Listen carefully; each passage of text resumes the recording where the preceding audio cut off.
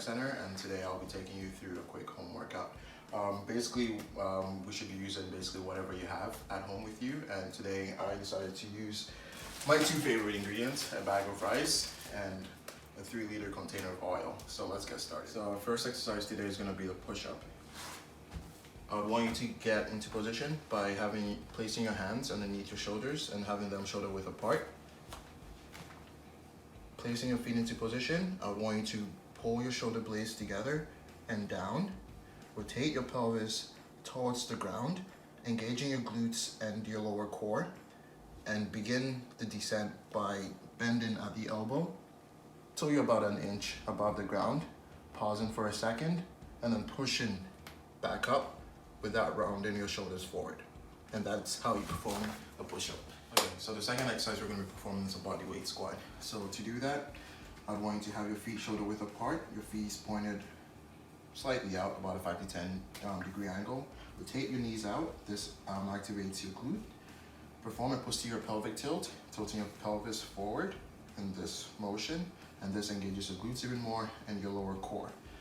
Stand tall, and before I begin my descent, I take in a deep breath, brace my core. This helps stabilize my spine and keeping it neutral throughout the movement.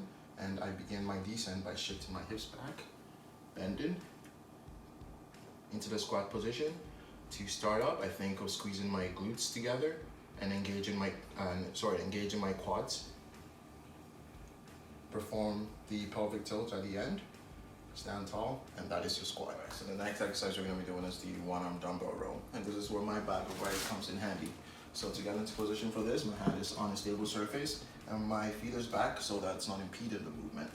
So what I do is stick my chest out and my butt out at the same time, having the arch in my back. And from here, what you'd want to do is think of having a rope tied around your elbow and not moving up with your biceps, but think squeezing, engaging your lats.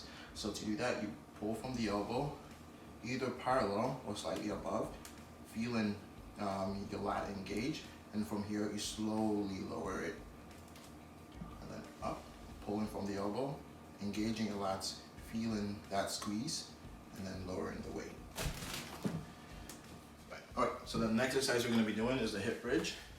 To do that, get on a mat or a carpet or a floor if you're into that kind of thing, and have your hands by your side, your feet shoulder width apart, and from here you can have your feet flat on the ground or heels dug in.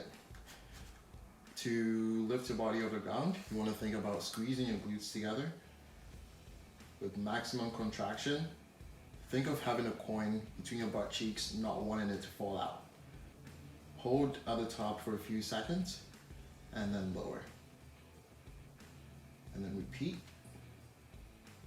and then lower. Okay, so the next exercise we're going to be performing is the lateral raise. I have my container of oil here. You can use tins of pasta sauce, detergent if you have that at home, whatever you have with you to work with. So for that, I want you to stand tall, chest out, shoulder blades pulled together, and also want you to engage your glutes to keep you stable throughout the movement. So from here, I want you to think about lifting from the elbow till you're parallel, and then slowly lowering. Not lowering all the way down, keeping tension on your lateral deltoids. Back up, lower. Alright, so exercise for today will be one for the core, and it is the jackknives or the V-ups, whichever you prefer to call it. So I want you to be lying on your back, hands outstretched, and I want you to lift your legs up to about a 45 degree angle, and then engaging your core, lift up your torso, touch your shins, and then lower till you're about an inch off the ground, and repeat.